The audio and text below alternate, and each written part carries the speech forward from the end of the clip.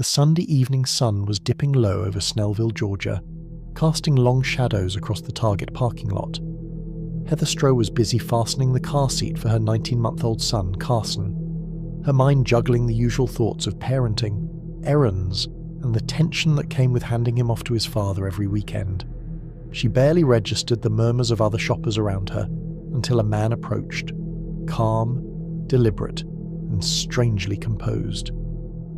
Heather glanced up, startled, her heart skipping a beat. The man's hair was dark and poofy, a mustache that looked off. She didn't have time to process as a single gunshot rang out, echoing across the asphalt. Heather collapsed, Carson crying in the back seat, the crowd frozen in disbelief. In the chaos, witnesses described the shooter moving with unusual calm, almost rehearsed, walking around the lot as if nothing had happened. No one saw a struggle, no belongings taken, no shell casings left behind. Police would later confirm that Heather had been shot in the head, the mother of a young child in broad daylight. Heather's life up to that moment had been a careful balancing act. Born in April 1984, she was the oldest of three, raised in a family that valued hard work and community. She met her future husband, Stephen Strube, at a youth group in high school, their romance blossoming into marriage at a young age. By the time Carson was born, Heather had taken over the family's florist shop, carving out a life she could control, running her business, raising her child, and managing the everyday stresses of young motherhood. But the veneer of normalcy hid cracks in both her marriage and family life. Stephen's mother, Joanna Hayes, had long been a source of friction. Overbearing, critical, and manipulative, Joanna frequently inserted herself into Heather and Stephen's life, creating tension over parenting decisions and even material possessions. What began as small disagreements escalated over the years, culminating in heated arguments and deep resentment. Divorce loomed on the horizon, and Heather had begun seeing someone new, trying to rebuild a sense of stability for herself and Carson. On that spring evening in 2009, all of those pressures converged in an instant of unimaginable violence. Heather, once vibrant and full of life, would not walk away from the Target parking lot again. Carson's cries mingled with the stunned silence of onlookers, the scene forever etched into the minds of those who witnessed it. Within minutes, Snellville police swarmed the Target parking lot, cordoning off the area while frantic witnesses gave statements. The initial shock of seeing a woman shot in broad daylight quickly gave way to questions. Who would do this? And why? Officers noted that nothing had been stolen, no shell casings were found, and the calm demeanour of the shooter suggested premeditation. The scene was eerie. Heather lying lifeless, her son crying in the back seat, and shoppers frozen like deer caught in headlights. Detectives quickly learned Heather Strube's identity. She was 25, bright and ambitious, running her own florist shop while raising Carson. Investigators began to piece together her life, the marriage strained by financial and personal stress, her eventual separation from Stephen, and her new relationship with Mike Vickers. All seemed to point to one underlying truth. The shooter knew Heather personally and had a motive that went far beyond robbery or random violence. Eyewitness accounts became critical. Several people recalled a man approaching Heather, dark-haired with a moustache that appeared fake. Others later suggested it might have been a woman in disguise, Joanna Hayes, Stephen's controlling mother, who had a history of manipulation and a simmering resentment toward Heather. Surveillance footage from Target partially confirmed the chaos. It showed Heather placing Carson in the back seat, the figure approaching her, and then walking calmly away after the shot. The small parking lot behind the store hinted at an escape route, and a white Ford F-150 parked nearby became a key point of interest. As investigators followed leads, they began uncovering the family history that had made Heather a target. Stephen's mother, Joanna, had a reputation for interference, escalating tensions between Heather and Stephen's family. Past incidents, including arguments, disputes over Carson, and lingering animosities, created a web of suspicion.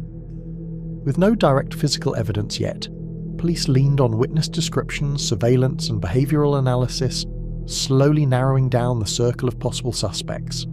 backed up facing the suspect still, closed the front door, walked around the front of the car, closed her driver door. Okay.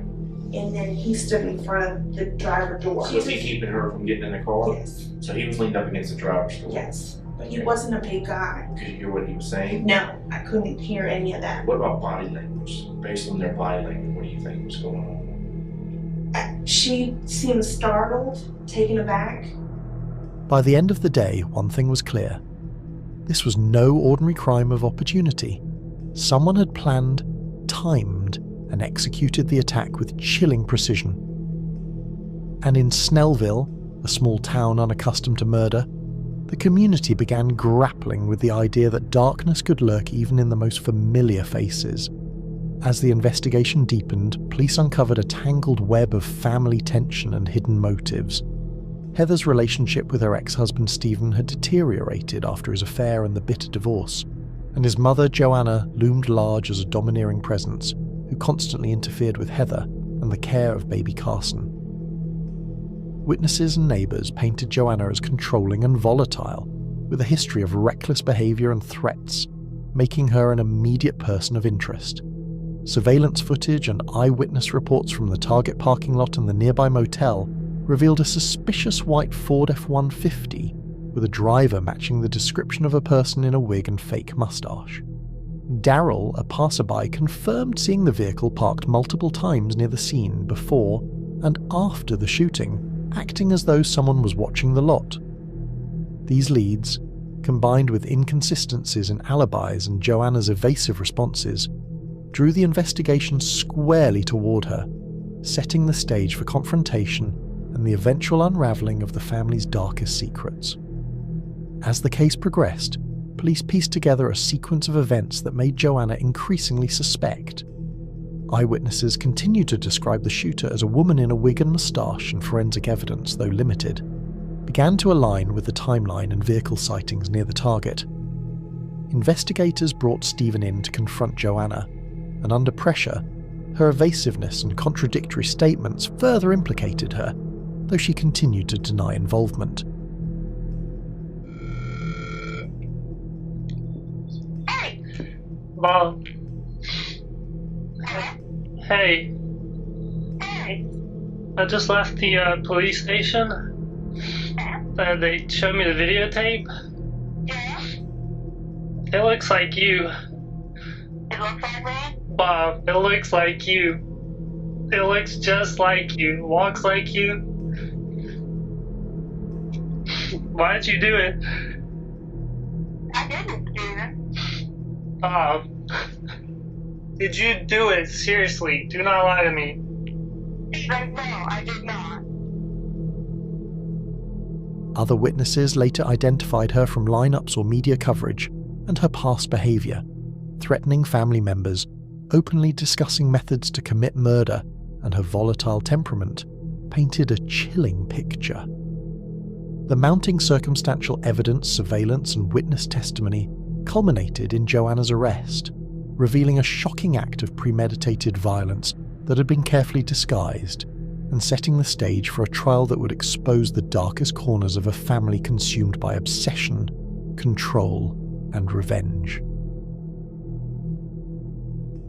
Prosecution used your son's own words against I know. you. And now he's got to live with that. Because they dangled his son as a carrot in front of him. They told him repeatedly, call your mom, do this, and we will go help you get your son. Are you good with Stephen, your Yes. son now? Yes. I mean, am I still bothered by the fact my son had an affair? Yeah. But that doesn't, yes, I love him. Am I hurt by what he did? No, because if someone told me, place a phone call like this and I'll help you go get your kid. If I know I haven't done anything wrong, I know my mom hasn't done anything wrong, what's it gonna hurt if you're gonna go get my kid?